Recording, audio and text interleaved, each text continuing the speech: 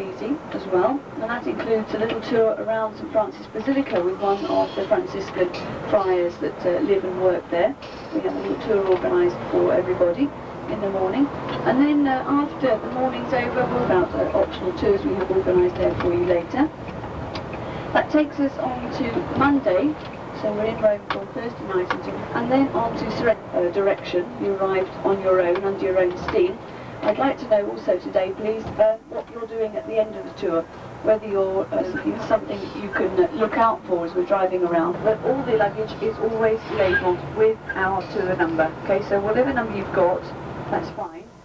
Now this is when we were leaving the Venice area. Very flat, naturally.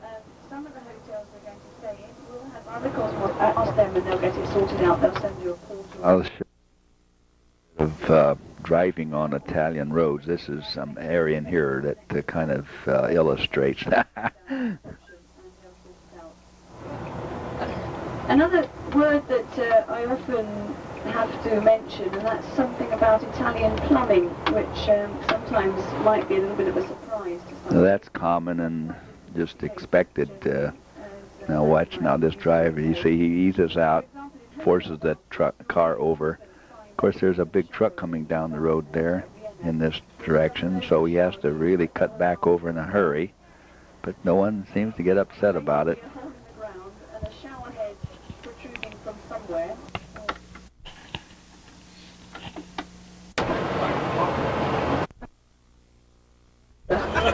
Works quite well, so any other ideas, just let me know.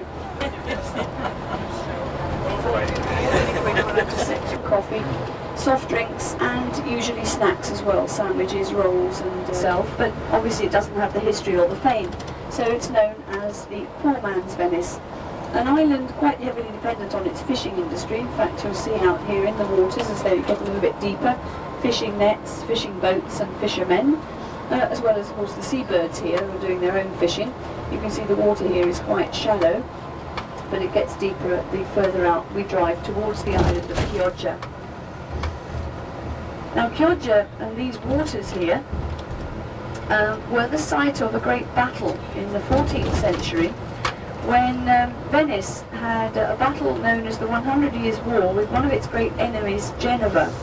Now, before Italy was made a united country in 1870, it was divided up, eating out and tipping. You're going to need some money changed.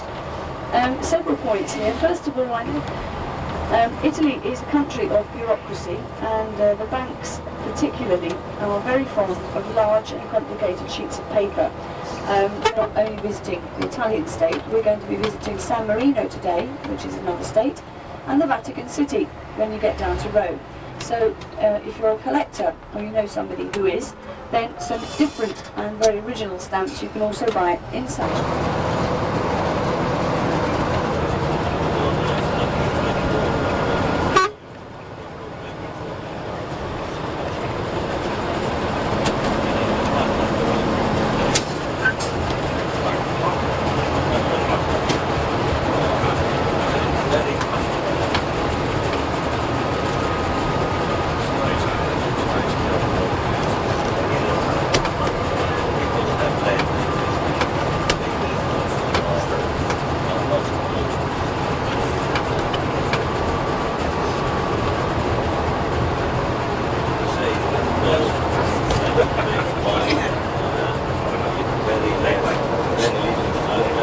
Music. There'll be musicians who will be coming round to play and sing to you as you're enjoying your meal. After dinner, we're back on the bus again to head back towards the hotel, but on the way back we take a drive down Rome's most exclusive street, the Via Veneto, the centre of the coast, by about 10 miles of Sugarville Canal. Now, the city these days has a population of 139,000. It's a fairly small place. It's particularly well known for beautiful mosaics, which was an art form developed here in the very early 5th century.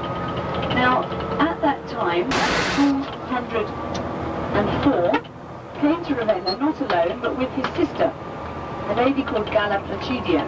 And they together developed the art of mosaics here in the city of Ravenna. Now, actually Gallipacidio was where we stopped the bus, where you can still go and see some of these beautiful mosaics. That church built in the year 500, so basically founded in the very, very beginning there of the 6th century, and beautiful mosaics inside it.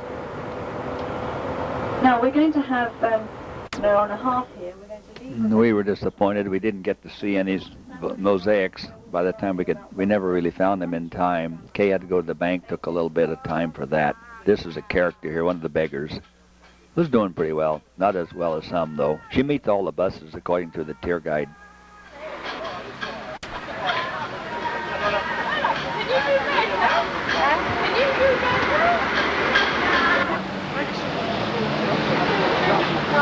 So this is Ravenna. This man had immigrated to England from Italy, married the blonde that we saw, and she's blonde now.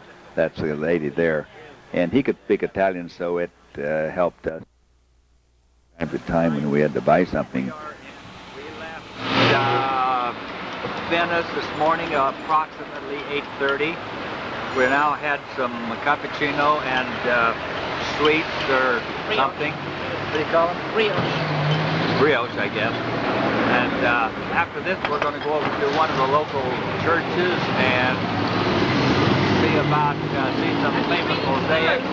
Ravenna was famous in the history of the popes. They were coming up here. They were fighting with Ravenna was fighting with other people a lot. So, but we're going over to the local church now and see some of the famous mosaics. Ravenna and all the city-states of Italy were fighting and warring with each other, and it was only unified until in 1870. King Victor Emmanuel and Garibaldi was important in this unifying Italy. Very, very secure. This is how you get into the bank there, one at a time. You push the button, the door opens into this little compartment. The door closes, then you push the other door opens, and so it's one at a time.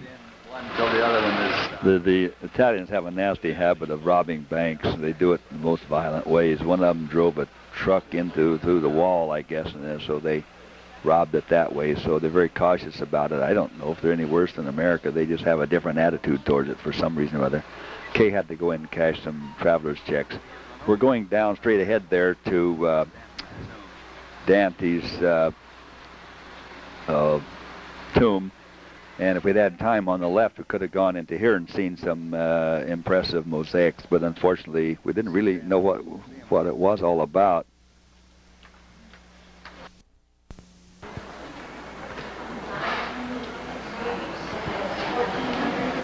This is Dante's tomb. Trying to figure out the date.